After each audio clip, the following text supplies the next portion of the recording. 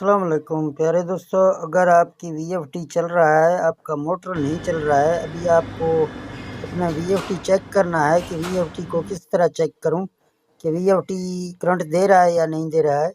तो इसके लिए आपके पास मीटर होना लाजमी है। अगर मीटर नहीं है तो आप एक टेस्टर की मदद से इसको चेक कर सकते हैं। ये टेस्टर आप देख रहे हैं, टेस्टर की पेच है, इसके साथ आप चेक करेंगे।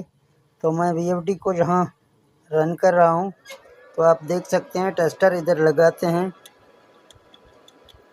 UVW के ऊपर। यहाँ आप देख सकते हैं ये टेस्टर हमें बता रहा है कि ये फेस में काम कर रहा है, और ये दूसरा फेस है इसका, ये भी आप देख सकते हैं कि काम कर रहा है इसका। और ये इसका तीसरा फेस है W की, ये भी आप देख सकते हैं। अभी मैं यहाँ से उठा के फिर आपको चेक करवा रहा हूँ, इस तरह आप देख सकते हैं। तो इस तरह आप अपना वीएफटी को चेक करेंगे।